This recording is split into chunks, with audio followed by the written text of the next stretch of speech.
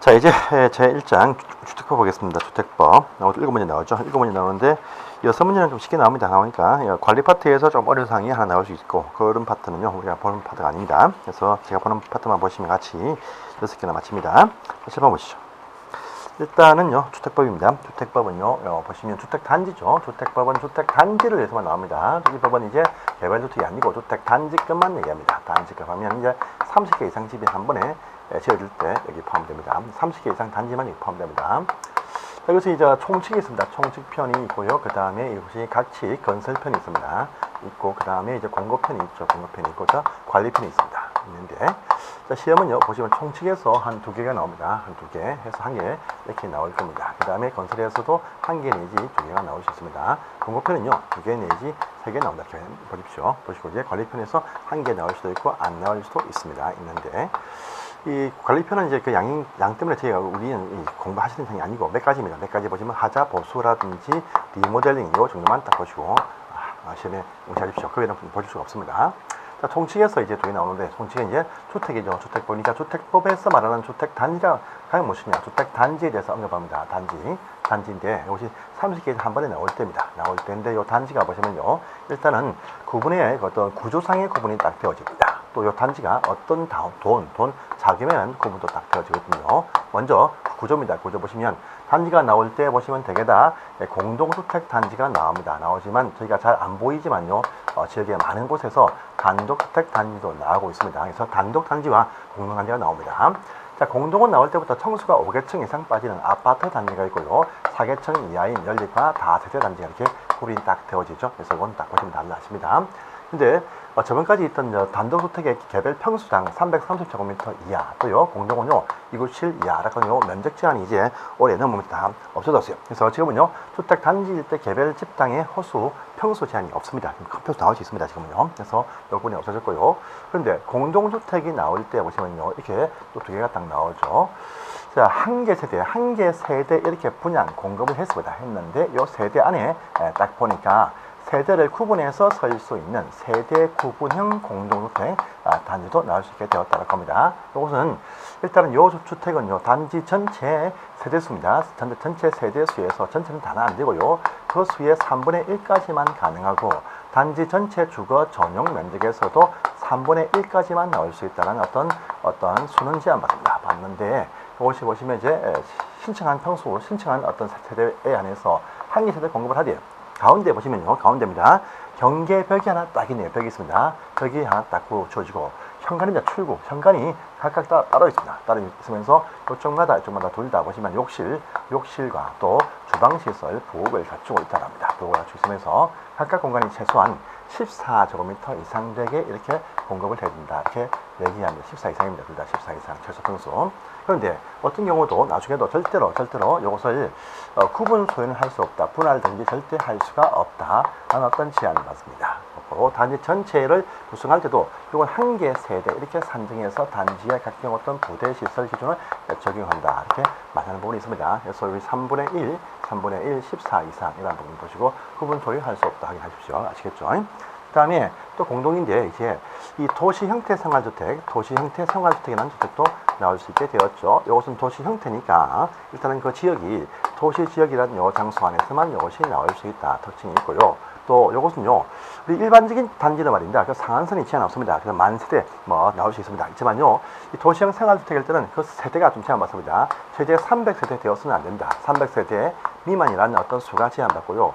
또 개별 세대별로 1명, 2명 사는 그런 가구이기 때문에 너무 큰 평수가 나오면 안 돼요. 그래서 여기 같은 경우는요 세대 평수 제한합니다. 그래서 보시면 일단은 85제곱미터 국민주택 규모의 주택 범위를 넘을 수가 없다는 제한 받습니다. 그러면서 요 형태입니다. 구조상 형태 딱 보시면 원래 한방 구조 나올 수 없습니다. 하지만 요것은요 원룸 형태 생활주택이 나올 수 있게 한방 구조 나올 수 있게 해놨습니다. 그 다음에 보시면 또 단지 형태의 다세대 연립주택도 나올 수 있게 되었다. 이렇게 얘기를 하고 있는데 자, 원룸 형태일 때도 보시면 이것이 최소한 14제곱미터 이상 면적은 나올 것이다 라고 하면서 최대 면적은요 이 기타 일반 도시형은 85까지지만 이건 원룸 형태는 50제곱미터라고 수구 제한받습니다. 그런데 이 면적이 만약에 30제곱미터 이상 나온다라고 한다면 그 내부에 원룸이 아니고 투룸은 아니지만 공간을 두 개로 구분해서 쓸 수 있게 공간 두 개 나눌 수 있게 해줍니다. 라는 어떤 혜택을 줍니다. 그 다음에 단지 형태 다시셀 집 이렇게 딱 지면 여기도 있습니다. 여기도 보시면 단지 형태 다시셀 집이 있습니다. 근데 이건 상한수가 제한 없죠. 또 세대별 평수 제한도 없어. 여기는 평수 제한도 받으면서 상한수 제한이 있습니다. 이렇게 빠진다면 혜택을 하나 줍니다. 건축위원회 심의를 거치면 이 해당 주택으로서는 청수가 원래 4개층까지지만 주택 한 층 더 주어서 5층까지 쓰게 해줍니다. 그런 혜택이 하나 나온다 이렇게 얘기합니다. 그 다음에 또 우리 도시형태 생활주택과 기타 일반주택 세대 구분형과 기타 일반주택은요 같이 복합으로 건설할 수가 있고 단지 안에 일부 세대가 이렇게 포함되니까 복합 지어집니다. 그런데 이 기타 일반주택 단지와 도시형태 생활주택은 같이 복합으로 지을 수가 없다는 또 제한받습니다. 또 도시형태 안에서도요 원룸과 단지 형태 같이 복합으로 지을 수 없다 제한을 받습니다. 하지만 여기 원룸 형태 생활주택일 때는요 특혜 예외가 있다 특혜를 줍니다. 어떤 경우냐 하니까 그 장소가 이제 건물 많은 장소죠. 상업지역 또는요 준주거지역 이런 장소 안에서 건설할 때는 자, 한 건물을 짓습니다. 지었는데 그 밑에 층은요 원룸해서 분양을 합니다. 위에 층은요 투룸해서 분양을 하네요. 그래서 밑에는 원룸 형태니까 원룸형 도시형 생활주택인데 밑에는 투룸이다. 이건 뭐냐면 그냥 일반주택, 아파트나 기타 일반주택이 함께 복합으로 지어진 건물이 한 우리 지금 지역에 많이 있습니다. 원투룸을 한 건물에 지었다. 원투룸이 안 돼요. 이 투룸이라는 요것은요 일반주택이고 원룸 형태만 도시형 생활주택 이렇게 빠져서 같이 복합으로 많이 지어서 건설되고 있습니다. 그 다음에 또 도시지역 아니라고 한다면 이 규모가 좀 작은 어떤 그런 필지에서는요 한 건물을 짓는데 좀 작습니다. 작아가지고 자 보니까 밑에는 원룸 형태 생활주택을 지어서 분양 또는 임대를 하면서 위에 일반주택 한 개 딱 붙어있네요. 한 개 있습니다.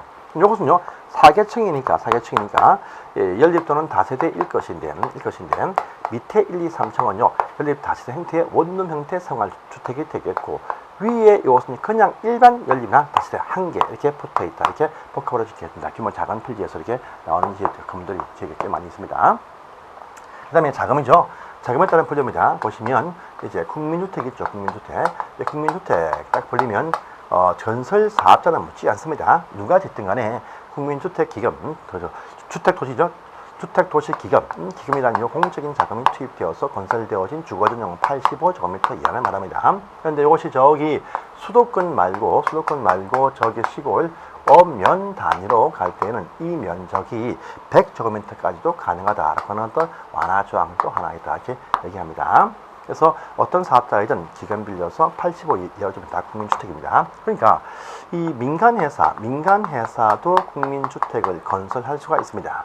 그래서 기금 빌려오면 됩니다. 근데 민간이 건설한 국민주택 가운데서 중형 국민주택, 중형 이 말 딱 붙으면요 85 이하인데 대신 60은 초과하고 85 이하를 여기에 포함시킨다 이렇게 얘기합니다.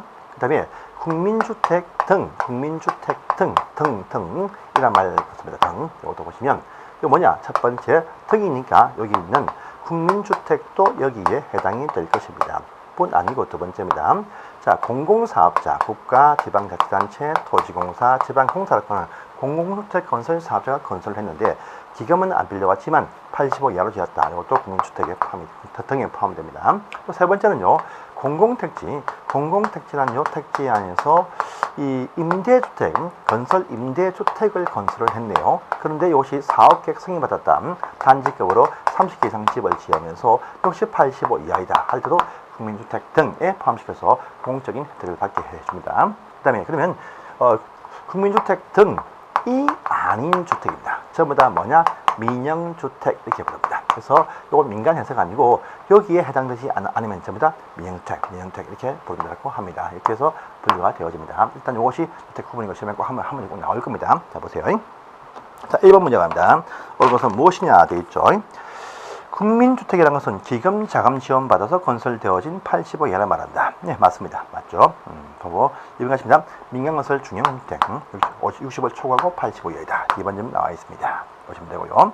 그 다음에 그쵸? 틀렸습니다. 1번입니다. 1번 보시면 85 이하 맞습니다. 맞지만 1번 보시면 저기 수도권을 제외한 도시지역이 아닌 엄면 단위 지역일 때는요 100까지니까 85. 전체가 85 이하가 원칙이지만 저기 시골 지역에 없는 단위는 100까지니까 그 문장이 또 X라고 보시면 되겠습니다. 그 다음에 민간건설 중행이라는 것은 뭡니까? 자, 민간건설 중행이라는 것은 민간에서 국민주택 중에서도 국지토지 외에 사업자가 건설한 주거전용 85 초과가 아니죠. 60을 초과하고 85 이하인 것을 말한다. 이렇게 하니까 이번 질문도 X인 것입니다. 3번 질문. 민영택은요, 국민주택 등이 아닌 것을 말한다 해서 3번이 맞죠. 3번 맞습니다.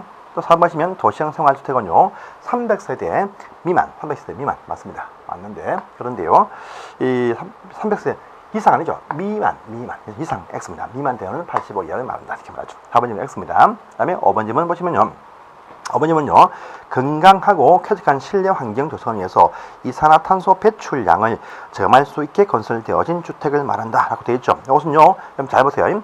밑에 해설 잘 보십시오. 건강 친화인 주택에서 무엇이냐? 쾌적한 실내 환경 조성을 위해서 실내 공기 오염물질 최소화할 수 있게 지어진 것을 말합니다. 또 밑에 하나 더 있어요. 에너지 전략형이죠. 에너지 전략형 친환경 주택. 에너지 전략형 친환경 주택이 뭐냐? 이산화탄소 배출량 저감입니다. 그러니까 에너지 전략 친환경 주택은 이산화탄소 배출량 저감이고요. 건강 친화형 할 때 실내 쾌적한 환경 조성을 위한 어떤 실내 오염물질 최소화시킨다. 그러니까 요건요 반쪽에 되겠죠. 그래서 건강 친화형 주택은 건강하고 쾌적한 실내 환경 조성을 위해서 실내 공기 오염물질 최소화시키는 주택을 말하고요. 그다음에 이산화탄소 배출량 저감, 이것은 바로 에너지 전략형 친환경 주택을 말합니다. 그래서 두 가지 개념이 섞여 있죠. 그래서 이렇게 나오면 참 찾기 힘듭니다. 그래서 어쨌든 이 문제 X가 되겠습니다. 해설 잘 보십시오. 그다음에 2번 갑니다. 어느 것은 무엇이냐 되겠죠. 5층 건물로서 1층 전부를 필로티입니다. 여러분들 5층 건물인데 5층인데 1층이 필로티이다 하면 2, 3, 4, 5층이 주택입니다. 그러면요, 아파트죠. 아파트는요, 무조건 이 건물 내부에서 주택으로 쓰는 것이 5개 층 이상 나와야 됩니다. 지금 4개 층만 딱 나오니까 아파트는 절대 아닌 것이죠. 아닙니다. 그래서 1번 X입니다. 다음에 2번 가시면, 자, 공동주택인데 3층짜리 건물입니다. 3층짜리 건물인데 이 건물의 연면적 다 합한 것이 420이랍니다. 420. 3층입니다. 3층. 그런데 이것이 공동주택이네요. 공동주택. 그러니까 공동주택. 아파트는 5층 이상 나와야 돼요. 아파트는 아닙니다. 그러면 연립과 다세대일 것인데 이 차이점이 뭐죠?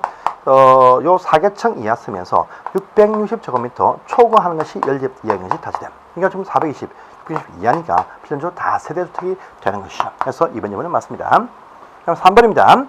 기금 자금 지원받아 건설되어진 민영택.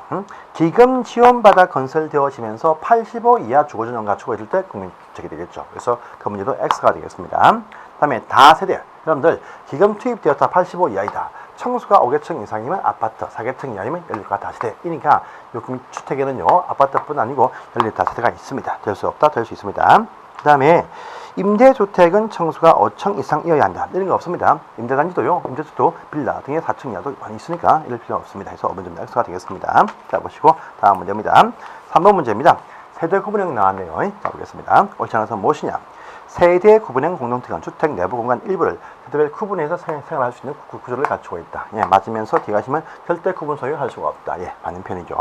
자, 세대 구분형. 일단은 각각 세대 상한선은 없습니다. 하한선이 14 이상이다. 상한선은 없습니다. 14에서 50 이하. 이것은 원룸형 생활청을 말하죠. 그러니까 아닙니다. 아니요. 그래서 이번 질문 X입니다.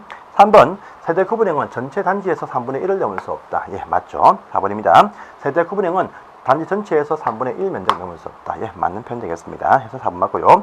5번 가시면 세대를 산정할 때 각종 어떤 시설 기준 정할 때 요 구분과 상관이 없이 한 개 세대 이렇게 간주한다. 이렇게 말했습니다. 그래서 보시면 5번도 맞는 편 되겠습니다. 자, 다음에 이제 4번 갑니다. 4번 문제. 국민주택 규모는 단독주택 공동 전부 다 주거전용 85 이하를 말한다. 이렇게 말하죠. 85 이하를 말합니다. 그래서 기억은 85 이하입니다. 다음에 밑에 점이죠. 자, 이런 평수 제한이 상한선이 없습니다. 여기 보시면 국민주택들은 평수 제한이 있지만 그에는 평수 제한이 없습니다. 없는데 국토교통부 장관이 국가 정책적인 차원에서 필요할 때에는요. 모든 사업자 주택의 건설 주택의 75%입니다. 75%까지를 국민주택 규모인 바로 85 이하로 짓게 강제할 수가 있습니다. 또 이 사업자 가운데서 고용한 회사가 아파트 짓거나 또 주택조합이 짓는 아파트일 때는요. 100% 전부 다 국민주택 규모로 건설하게 강제할 수가 있다라고 하는 부분이 있습니다. 있으니까 85%가 나와야 됩니다. 그래서 75입니다. 그래서 위에는 85, 75가 되겠네요. 이게 채워주시기 바랍니다. 이것도 중요한 상이죠. 시험에 2번 나온 적이 있습니다. 자, 보시고요. 다음 페이지 5번 갑니다. 도시형 생활 특성입니다. 틀린 것은 무엇이냐? 도시형 생활은요, 300세대 미만이어야 합니다. 그래서 1번 질문 맞습니다. 또 도시형 생활은요, 주거전용은 85 이하여야 합니다. 그래서 2번 질문도 맞습니다. 3번 가시면 도시형 생활주택일 때 도시 지역에 건설하는 세대별 주거전용 85 이하인 아파트는 도시형 생활에 해당하지 않는다. 맞습니다. 여러분들 잘 보세요. 이 단지 형태 다세대 1립일 때는요, 85 이하로 지을 수가 있습니다. 이건 단지 형태 다세대 1립이죠. 그런데 이것이 아파트로 나올 때는요, 필연적으로 원룸 형태로 나와야 됩니다. 나와야 되는 게 원룸은 상한선이 50이죠. 50. 그러니까 85짜리는요, 원룸이 뭔가 도시형 생활이 될 수가 없는 것이죠. 그래서 단지 형태일 때는 최대 85까지 가능합니다. 또 가능하지만 원룸 형태는 최대 50제곱미터, 14에서 50제곱미터, 그걸 넘을 수가 없어. 그러니까 아파트로 나올 때는 필연적으로 원룸 형태밖에 나올 수가 없는데, 이럴 때 그 내부 구조는 면적이 원룸이면서 50제곱미터 이하여야 합니다. 그래서 85짜리는 나올 수가 없습니다. 그래서 4번 질문은 도시형 생활로 빠질 수가 없습니다. 그 다음에 도시형 생활주택 분양가 상한제 적용받지 않는다. 네, 맞습니다. 그 뒤에 나올 것인데요. 도시형 생활주택은 분양가 제한받지 않습니다. 4번 질문 맞습니다. 그 다음에 5번 가시면 준주거지역 안에서 도시형 생활이 원룸 형태와 도시형 생활이 아닌 일반 주택 한 개세대 같이 복합으로 건축할 수 있다. 도시 아니면요, 원룸형 생활주택과 기타 주택 한 개를 같이 복합으로 지을 수가 있다. 할 수 없다. 할 수가 있다. 그래서 5번 질문이 X가 되겠네요.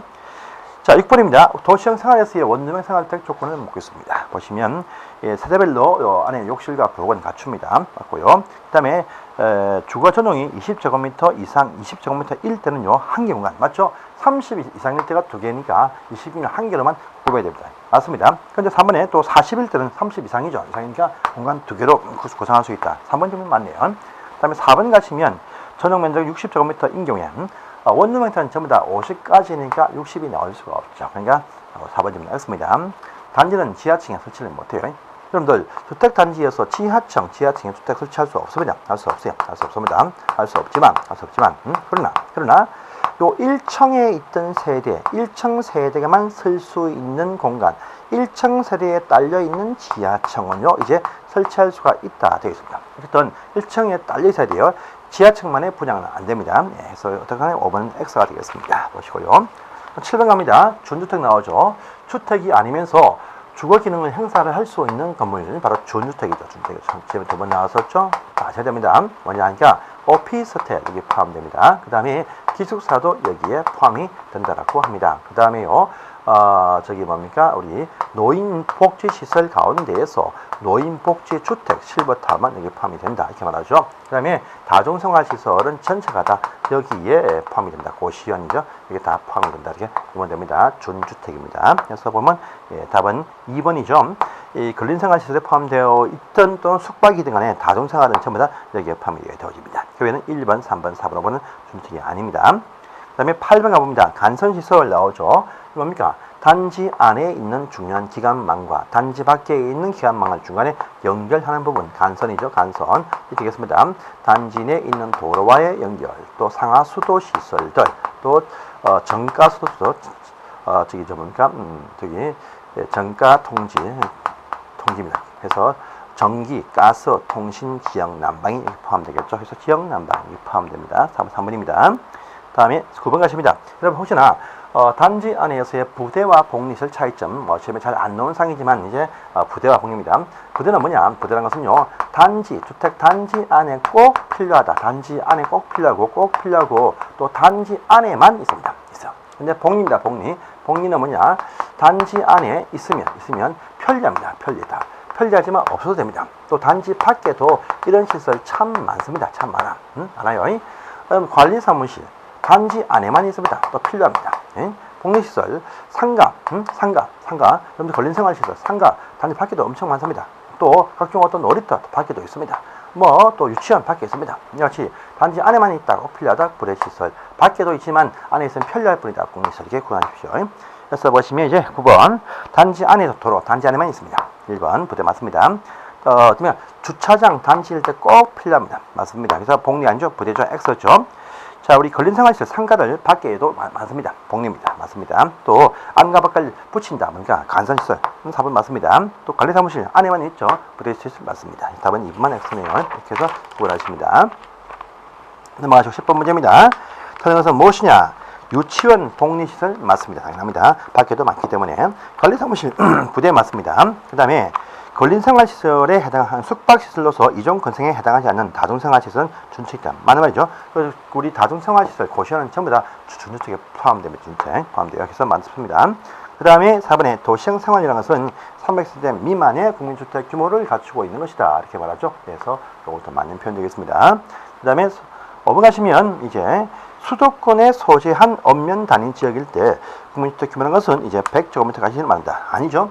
우리가 저 국민주택이 말입니다. 이것이 보시면 이제 국민주택 규모는 이제 85 이하입니다. 85 이하인데 수도권이 아니면서 시골 엄면 단위일 때 100이죠. 수도권 안에 있으면 85입니다. 85. 100까지 나올 수가 없습니다. 수도권이 아닌 곳에 있는 엄면 단위가 100이다. 이렇게 말합니다. 수도권 안에 있으면 85입니다. 그래서 어머니문도 X가 되겠습니다. 다음에 11번 가십니다. 공공택지네요. 공공택지. 자, 공공택지라는 것은 또 무엇이냐라고 합니다. 해서 어떠한 공공사업으로 조성한 공동주택 건설 용지를 말합니다. 그래서 어떠한 공공사업을 통해서 조성한 공동주택 건설 용지를 말한다. 이렇게 법적인 정의가 딱 되어 있습니다. 그럼 여기서 이 사업이란 무엇이냐? 엄청 많습니다. 엄청 많아. 이건 이럴 수가 없습니다. 없는데 여러분들 땅을 바꾸는 개발사업, 환지사업 있죠. 이거고요. 건물 바꾸는 사업들, 정비사업이 있습니다. 환지와 정비사업은 남을 위한 땅을 만들지 않습니다. 그래서 환지 방식의 개발사업들, 각종 어떤 정비사업들, 공공택지 만들지 않습니다. 이를 이해하시고 보시면요. 자, 1, 2, 3, 4번 큰 사업들이죠. 잘 이해가 안 돼요. 안 되지만 5번 딱 보세요. 5번 도시개발 조합이라고 하죠. 도시개발 조합, 여러분 아시죠 이거? 조합은 반드시 구역 전부입니다. 구역 전부. 전부가 환지 방식 할 때만 조합이 나온다 이거죠. 환지입니다. 이런 딱지 안 만듭니다. 안 만들어. 그래서 도시개발 조합은 반드시 구역 전부가 환지 방식일 때만 나오기 때문에 환지 방식 사업하는 개발 사업은요. 이런 택지를 만들지 않는다. 이렇게 보시면 되겠습니다. 그래서 답은 5번이 X인 것이죠. 넘어가시고 12번에 리모델링 나옵니다. 리모델링 참 중요한 개념이죠. 리모델링 참 중요합니다. 건축물의 노후화 억제와 기능 향상이죠. 노후화 억제와 기능 향상을 위해서 건축물을 대수선해도 리모델링이고요. 그 면적 일부 정축해도 리모델링입니다. 자, 그래서 정축할 때 보시면 대수선할 때는 10년 사용승인부터 10년 필요하고요. 정축할 때는 15년 경과 필요하다. 이건 다 아셔야 되고요. 정축할 때 종전 주거 전용 면적에서 30%를 넘지 못한다. 이것이 원칙입니다. 그런데 이 종전 주거 전용이 85제곱미터 미만의 규모이면 40%까지 가능하다. 이렇게 얘기합니다. 그런데 세대수에 증가할 때는 여기 주거 전용 면적을 포기하고 요 면적 범위 안에서 수를 증가를 할 수 있다 합니다. 이때 보시면 기존 단지에서 100분의 15까지 가능하다 이렇게 말하죠. 증가할 때도 보시면 옆으로 넓힌다. 수평 정축에서의 원칙입니다. 또요 별개동의 신축도 가능하다 합니다. 또 세대 분할도 가능하다 이렇게 말합니다. 이렇게 하면 볼품이 없으니까 수직으로 올라가겠다. 수직 정축도 가능하다라고 합니다. 이때는요 최대 3계층까지가 가능한데 그 당시에 구조도가 있어야 된다 이렇게 말합니다. 그런데 이것이 종전 건물이 14층짜리 건물 이하이면 2계층까지 올라갈 수가 있다는 또 제한도 받는다 이렇게 합니다. 자, 그래서 보시면 이제 정축입니다. 정축할 때 틀린 것은 무엇이냐? 3번이죠. 주거 전용 면적이 원래 원칙은 10분의 3이 원칙이고 85제곱미터 미만 될 때 10분의 4 이렇게 나와야 되겠죠. 그래서 답은 3번이 X고 딴 건 다 설명이 다 되었습니다. 보시기 바랍니다. 13번 가보시면 자 하나의 사업 계획을 세워서 작성한 건설한 단지입니다. 단지인데 101동, 102동도 있고 103, 104동도 있습니다. 105동, 106동도 있을 것이고 107, 108동도 있고요. 상가 등의 부대 시설도 있을 것입니다. 근데 단지 안에 뭐지 관통을 딱 하네요. 하면요 하나의 사업으로 건설했는데 불구하고 이것은 이제 1단지, 이것은 2단지에서 단지가 구분 관리가 딱 되어집니다. 요 구분 기준이 뭐냐 보니까 요 관통 시설, 그래서 뭐 고속국도다, 뭐 철도다, 이거 별 문제 없습니다. 근데 요 도로가 만인한테 일반한테 다 오픈되어진 일반도로 누구나 차를 몰고 왔다 갔다 할 수 있는 일반도로 4차선이다 하면 이제 폭이 20m 이상 나올 때입니다. 또요, 도시계획도로입니다. 도시계획도로는 2차선입니다. 8m 이상이 될 때 단지가 구분된다. 이렇게 말합니다. 그래서 일반 도로의 폭은 20m 이상이고 도시계획도로 8m 이상이 단지를 관통할 때 단지가 1단지, 2단지, 3, 4리 구분이 딱 되어집니다. 물론 요새 철도 등의 뭐 고속도도 포함되겠죠. 이건 뭐 상식이니까 넘어가시고 요 일반 도로 20m, 계획도로 8m 구분하십니다. 해서 보니까요, 단지가 하나의 단지로 보는 것이 무엇이냐? 2, 3, 4, 5는 보시면 전부 다 굵직한 어떤 도로고 계획도로 8m 넘어갔습니다. 구분됩니다. 근데 일반 도로, 일반이죠. 일반 도로는 20m 폭이 나와야 됩니다. 12m 단지가 한 개 단지로 취급합니다. 구분 안 됩니다. 1번 지문 X네요. 자, 보시고 다음 표시 갑니다. 자, 14번 갑니다. 공구 나왔죠. 그것도 다 아시는 개념이어야 합니다. 공구가 뭐냐 하면 이거죠. 원래 큰 사업장은요, 한 번에 원래 사업 계획을 세웠다 할지라도 이 단지가 규모가 좀 커. 그러면 우리가 하나의 계획을 다 세웠지만 단지 구분이 아니고 처음부터 우리가 공사할 때부터 착공신고입니다.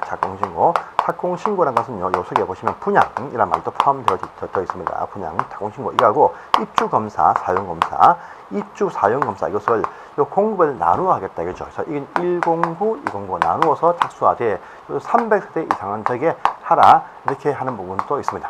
이 공구를 나누면 최소한 300, 최소한 600세대 이상이 나올 때 공구를 구분할 수가 있다 이렇게 딱 말하죠.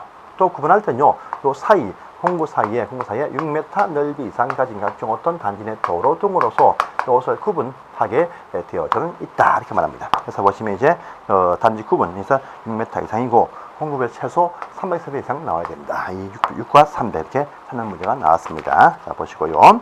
다음에 15번입니다. 자, 우리 국토교통부 장관이 주거 실태 조사 등을 통해서 이 우리 한국에서의 최저 주거 기준이라는 것을 발표해서 공고를 딱 합니다. 해요. 여기 포함될 내용이 무엇이냐? 내용이 쭉 나와 있죠. 필수 설비 기준, 또 최소한 방해 개수 등이 쭉 나와 있습니다. 근데 요 주거 기준인데 주택 가격이라는 것은 시장 형성이기 때문에 요건 여기 포함할 사항이 아니겠죠.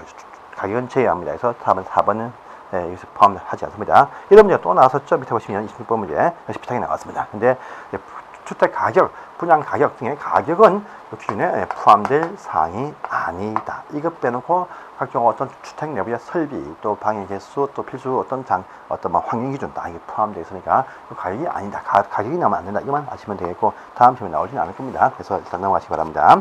이렇게 해서 총칙편이 끝났고 이제 제 2장에 주택 건설편 나옵니다. 이건 다음 편에 하겠습니다.